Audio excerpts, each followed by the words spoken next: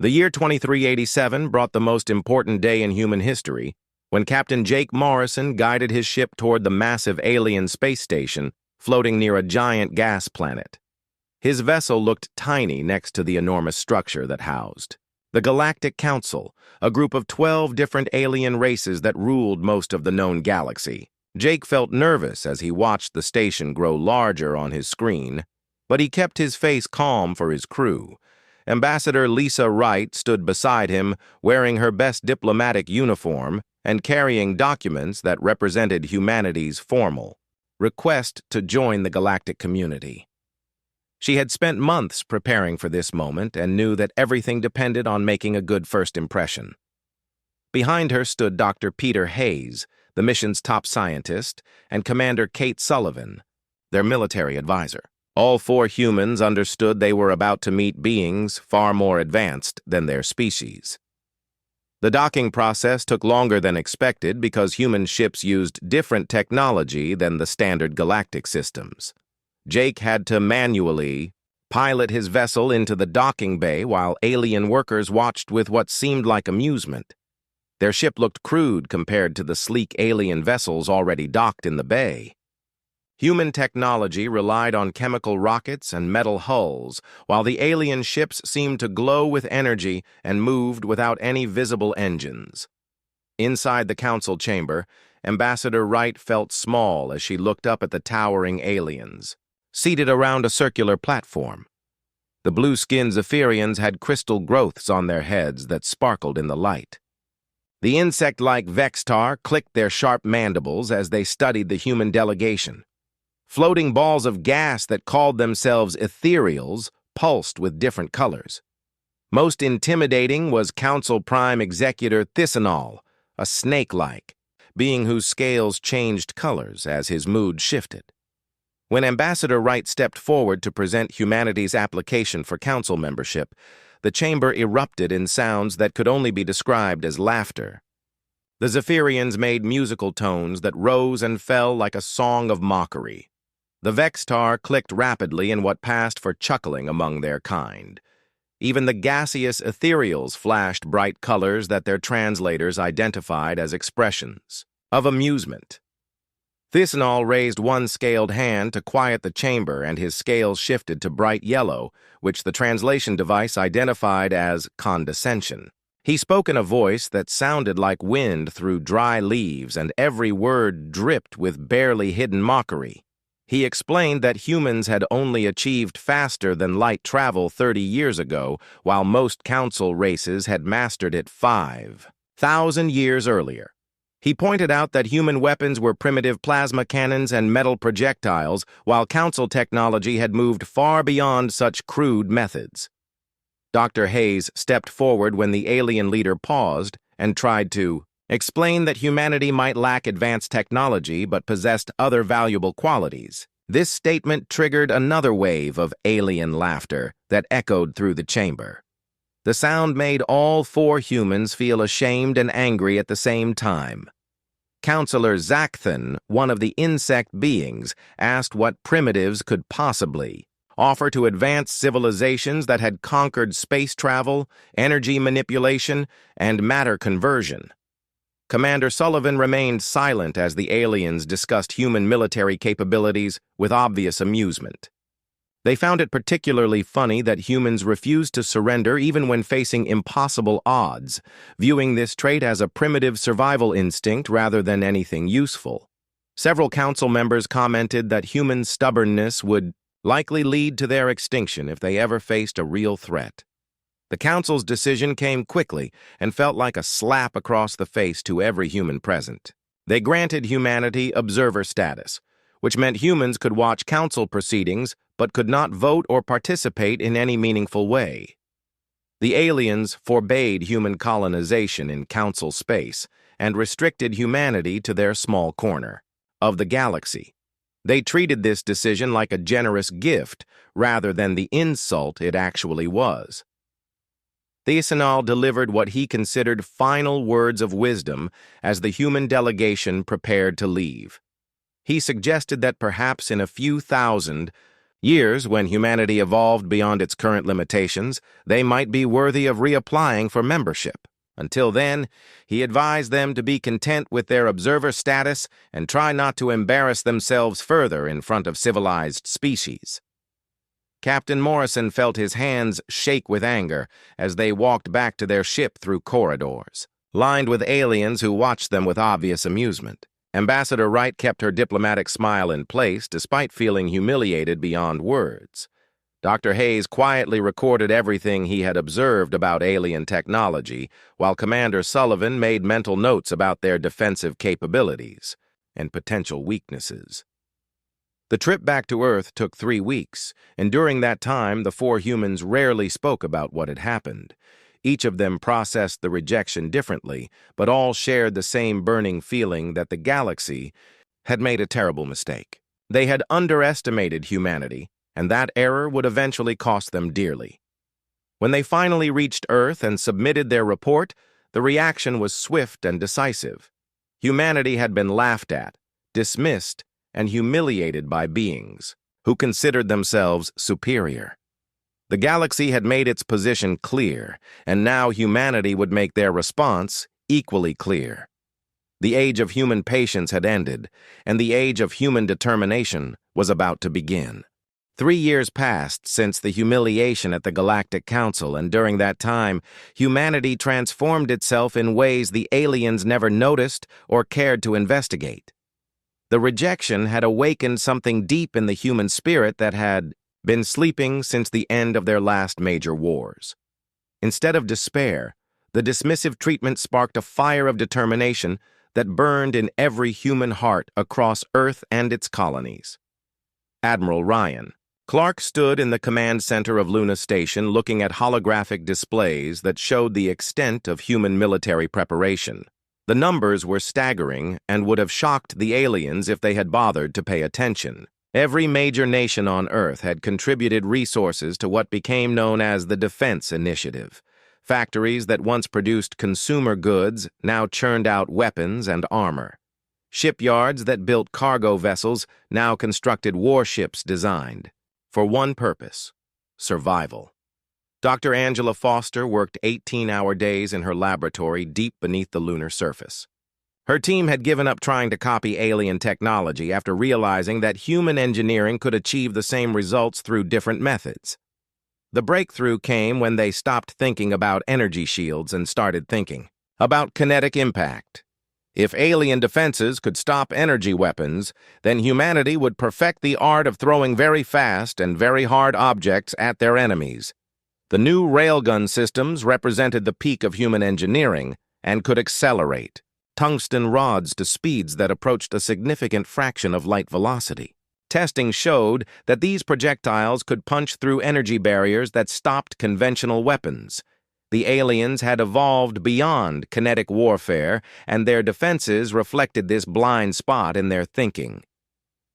Lieutenant Colonel Amy Parker commanded the training facility on Ceres, where humanity's new space marines learned to fight in zero gravity. Most alien species had never needed to master close combat in vacuum because their energy shields typically prevented boarding actions. Human marines trained in asteroid fields using the harsh environment as both weapon and hiding place. They learned to move through space using nothing but small thrusters and magnetic boots. Captain Ben Rodriguez oversaw the construction of humanity's new fleet in the shipyards orbiting Mars. The vessels looked crude and angular compared to the smooth alien ships, but they possessed something that elegant alien technology lacked. Human engineers built multiple backup systems for every critical component because they assumed everything would break at the worst possible moment. Where alien ships relied on single powerful systems, human ships used dozens of smaller redundant ones.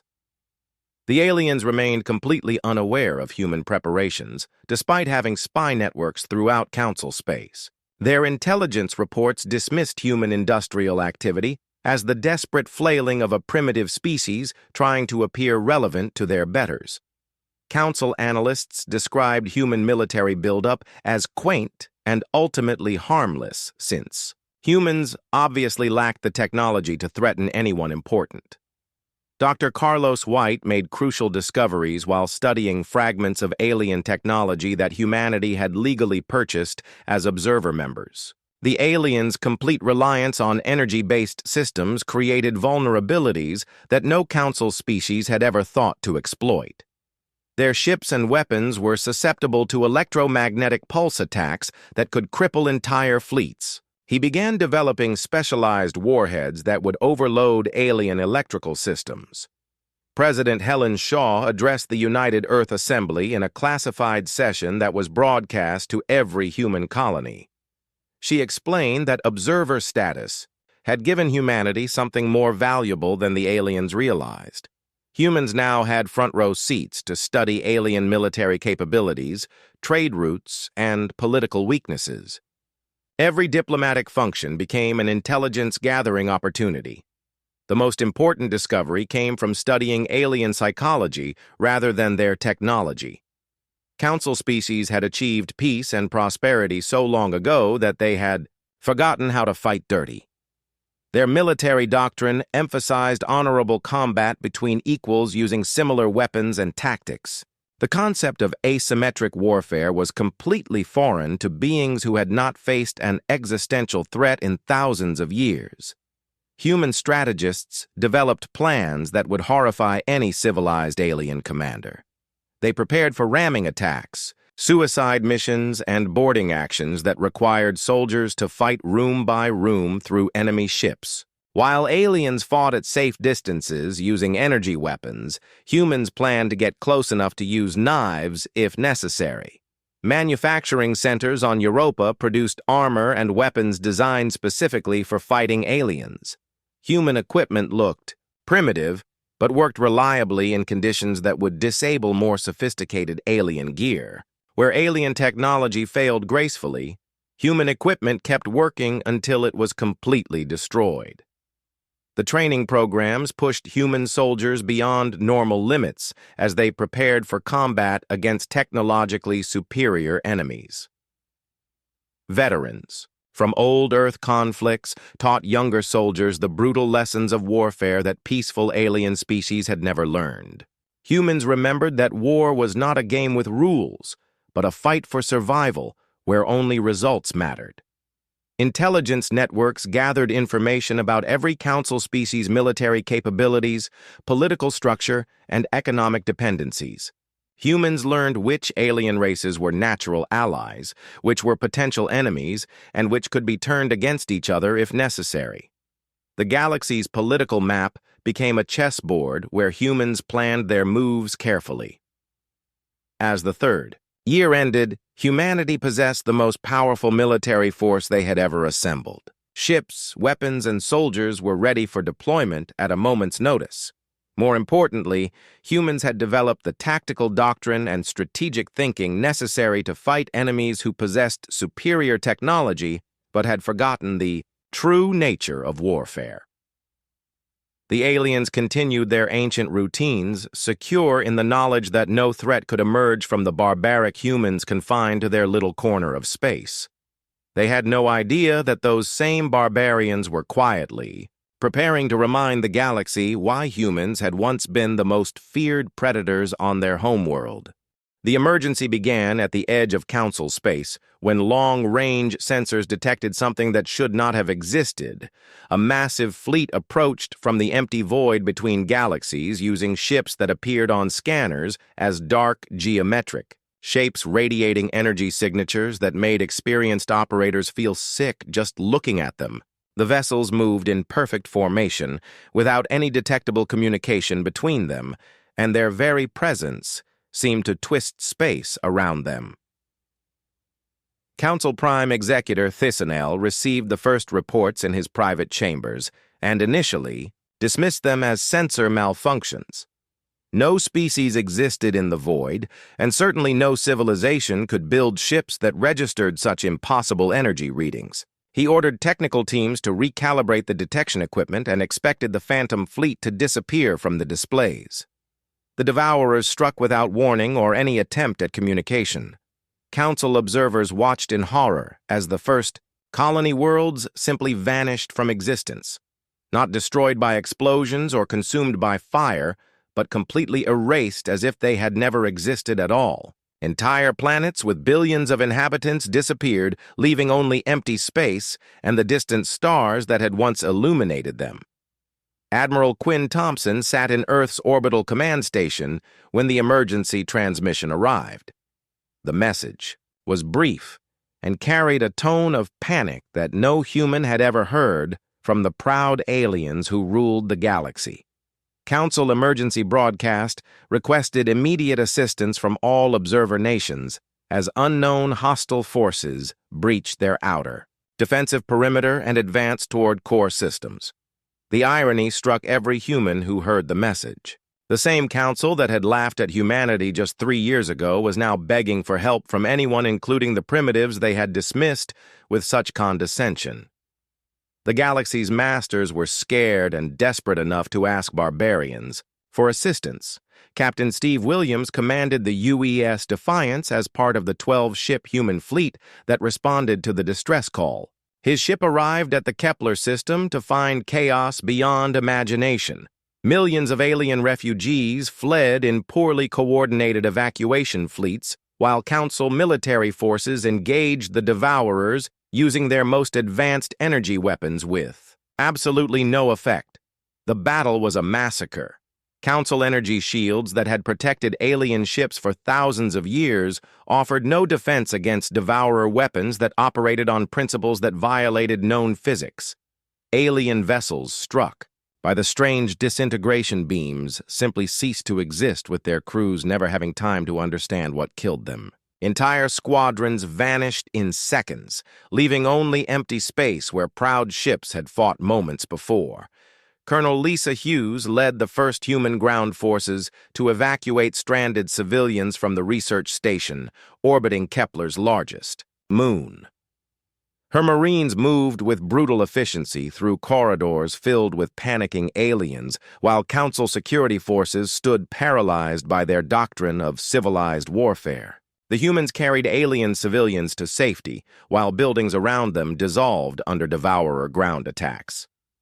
A wounded Zephyrian officer asked Sergeant Mike Davis why humans were helping when their species had no obligation to assist beings who had treated them so poorly. Davis checked his weapon as another wave of Devourer ground forces approached the evacuation site. He explained that helping people was simply what humans did, regardless of how those people had treated them in the past. Dr. Jennifer Lewis analyzed wreckage from destroyed Devourer equipment, and her findings disturbed everyone who read her reports. The attackers used technology based on principles that should not have been possible according to current scientific understanding. Their weapons manipulated matter at the quantum level, and their ships existed partially outside normal spacetime. They were not just advanced, but operated according to physics that Council science insisted could not exist. Council forces continued suffering catastrophic losses as their commanders tried to apply traditional military doctrine against an enemy that ignored every rule of civilized warfare. Devourer tactics made no sense to alien minds that had fought honorable battles for millennia.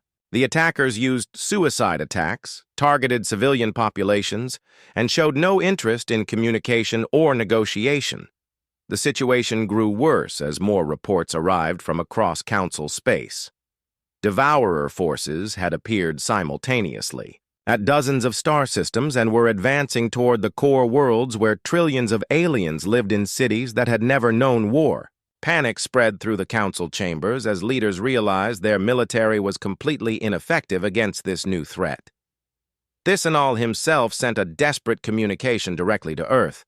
The proud alien leader who had once dismissed humanity as primitive now spoke with barely controlled terror in his voice. The Council formally requested immediate military assistance from the United Earth Federation and offered full membership along with territorial concessions in exchange for aid. Admiral Clark received the message in his command center and smiled grimly as he prepared humanity's response. The galaxy that had laughed at human primitiveness was about to learn what those same primitives could do when people they cared about were threatened. The aliens had dismissed human stubbornness as a character flaw, but were about to discover it was actually their greatest strength. Human ships across the galaxy received new orders and began moving toward Council space at maximum speed. The crews had trained for 3 years to fight enemies with superior technology, and now they would finally put that training to use. They carried weapons designed to kill beings that conventional forces could not touch, and possessed the tactical doctrine necessary to fight an enemy that did not follow civilized rules. The galaxy was about to learn the difference between being advanced and being dangerous. The Devourers had superior technology, but humans had something more important: the willingness to do whatever was necessary to protect innocent people. The Council had forgotten how to fight for survival, but humanity remembered those lessons very well. The battle for the Centauri Nebula marked humanity's true introduction to galactic warfare and showed the watching aliens exactly what human combat doctrine looked like when applied against a superior enemy. Commander Tony Garcia led the human fleet into their first major engagement against Devourer forces, while Council observers watched from what they hoped was a safe distance. The human approach to combat violated every principle of civilized galactic warfare that had governed conflicts between advanced species for thousands of years. While Council forces maintained proper formation and followed traditional tactical procedures, humans fought like wild animals backed into a corner. Captain Ellen Moore's destroyer UES Wolverine rammed directly through a Devourer formation, while her crew fired point-blank kinetic rounds into enemy hulls and absorbed devastating damage that would have destroyed any other ship. Counselor Zexanol watched from the observation deck of the Council command vessel and could not understand what the humans were doing.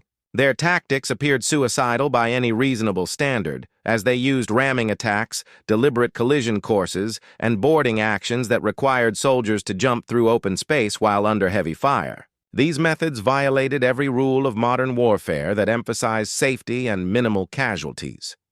Sergeant Alex Turner led his Marine squad in the first successful boarding of a Devourer vessel and proved that human tactics could work where alien methods failed completely. While Council energy weapons passed harmlessly through the strange enemy hull material, human kinetic weapons punched through their armor with devastating effect. Turner's squad fought room by room through alien corridors, using grenades and close-quarters combat in ways that horrified the watching Council forces. The humans' secret weapon was not their technology, but their psychology and willingness to embrace violence that civilized species had evolved beyond.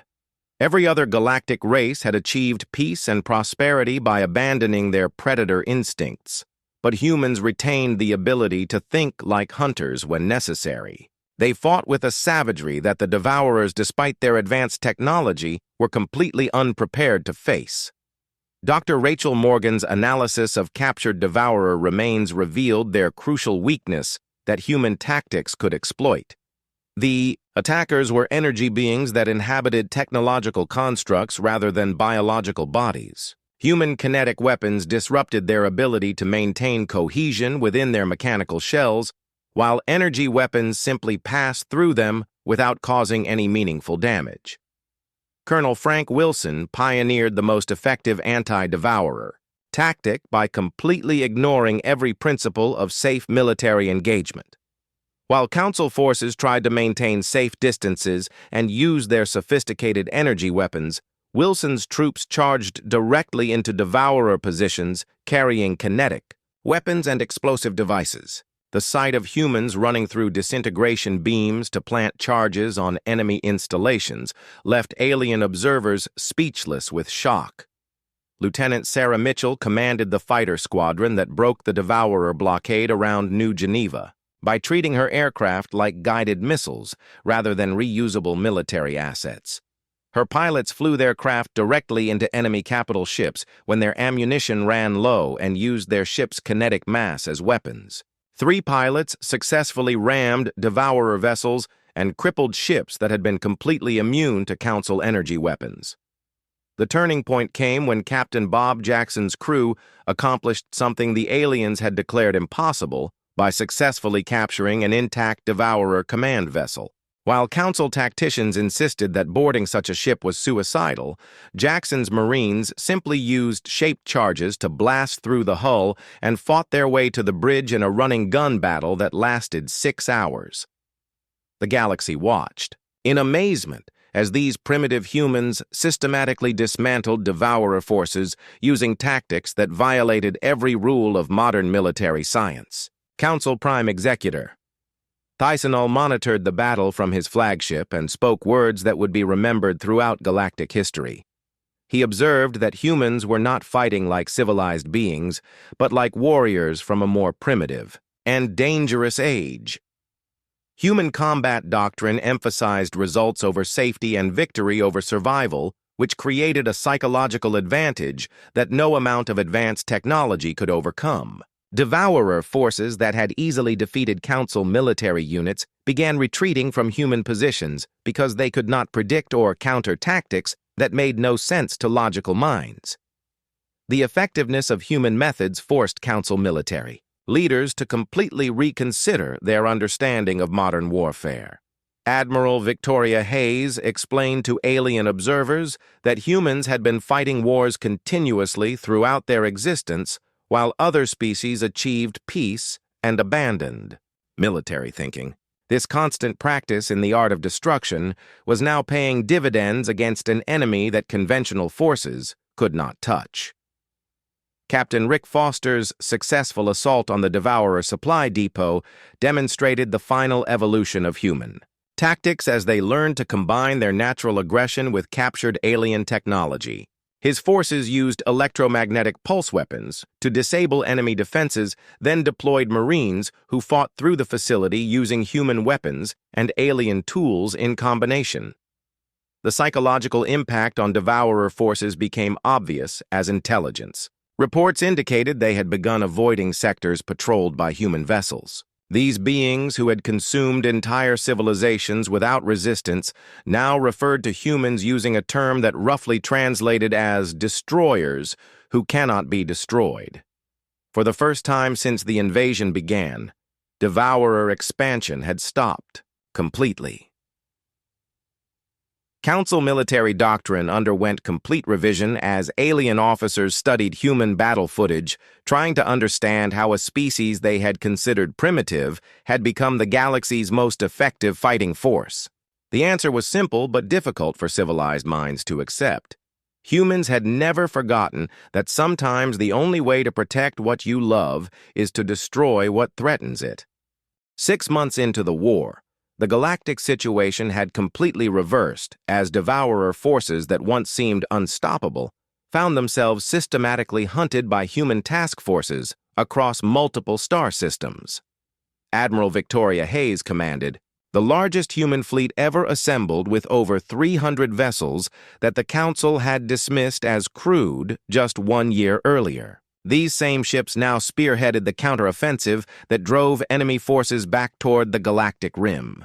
The humans had learned to weaponize their own primitive nature and turn their supposed disadvantages into tactical advantages that no civilized species could match. Colonel Nathan Wright's Special Forces unit earned the nickname the Savages from alien observers who watched them specialize in asymmetric warfare that left Devourer commanders completely confused about human intentions and capabilities.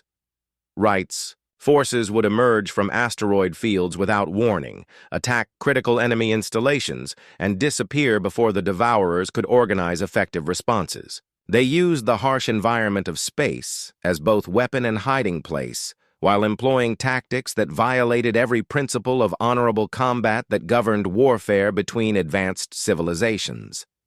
General Patrick Kelly addressed a gathering of alien military observers and explained that humans had been fighting wars continuously throughout their species' existence, while other races achieved peace and abandoned military thinking.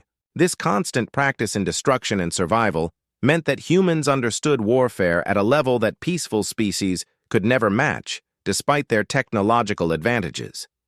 Dr. Maria Santos made the breakthrough that changed the entire character. of the war by successfully reverse engineering captured Devourer technology and combining it with human engineering principles. Her new hybrid weapons could punch through enemy defenses and disrupt their energy matrices simultaneously, giving human forces tools that matched alien capabilities while retaining human reliability and simplicity.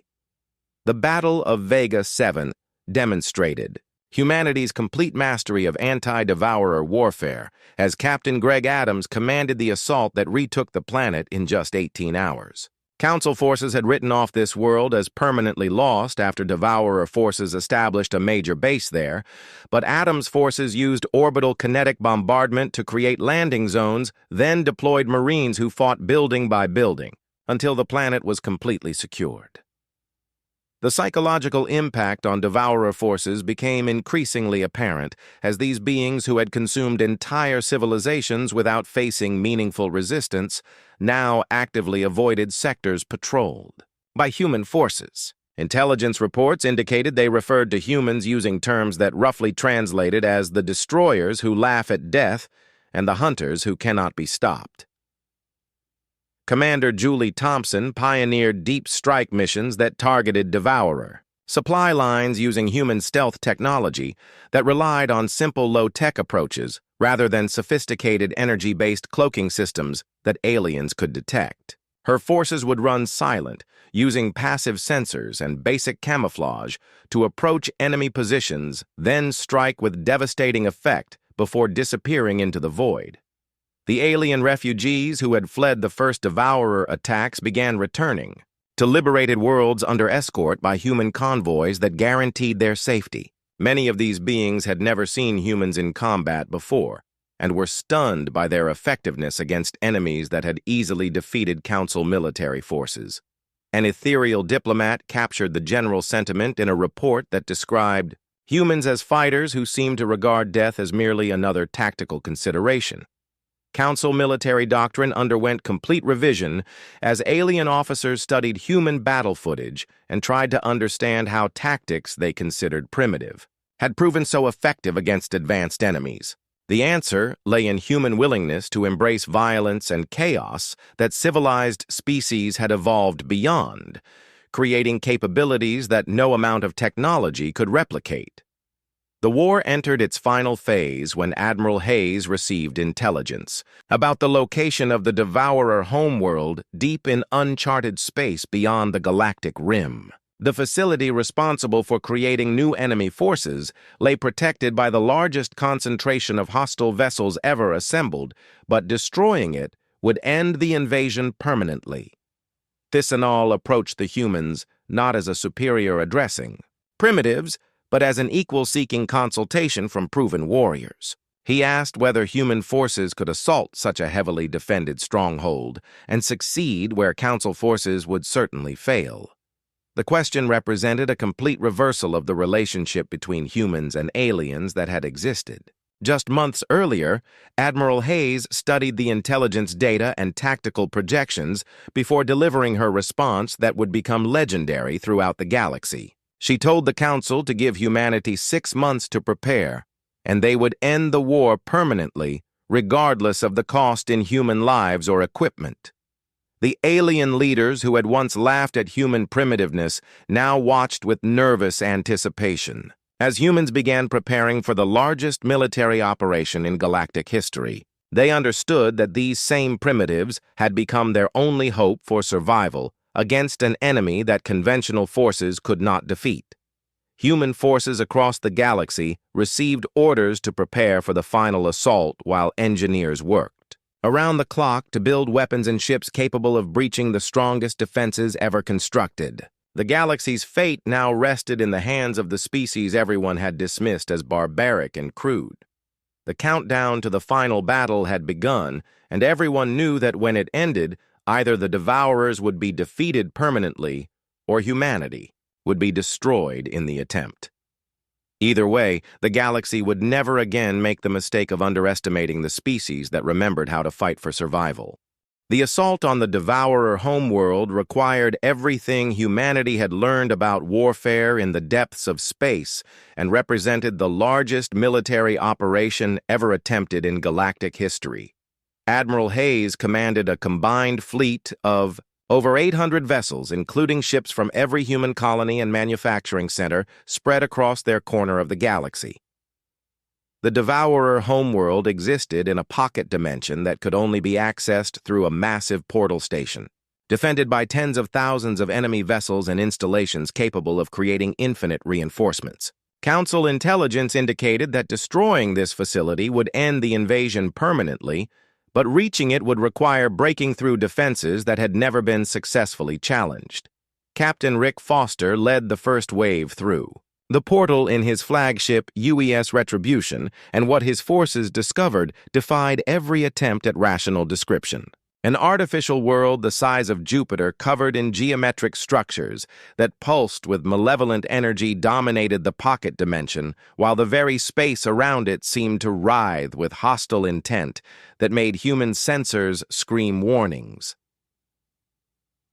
The battle lasted 72 hours and became the longest continuous military engagement in recorded galactic history. Human forces fought through defensive layers that would have stopped any conventional attack while using tactics that combined suicidal bravery with calculated precision. Every ship in the fleet took damage, and many were destroyed completely, but the advance continued without pause or hesitation. Colonel Ann Carter's Marine divisions captured critical infrastructure installations by fighting room by room through facilities designed to kill any organic life that entered them. Her soldiers used human weapons and alien tools in combination while advancing through corridors that shifted and changed around them. Many Marines died, but their sacrifice opened paths for follow-up forces to exploit.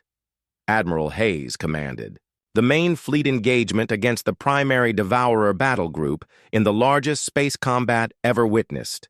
Human ships absorbed devastating damage while closing to point-blank range where their kinetic weapons could penetrate enemy defenses.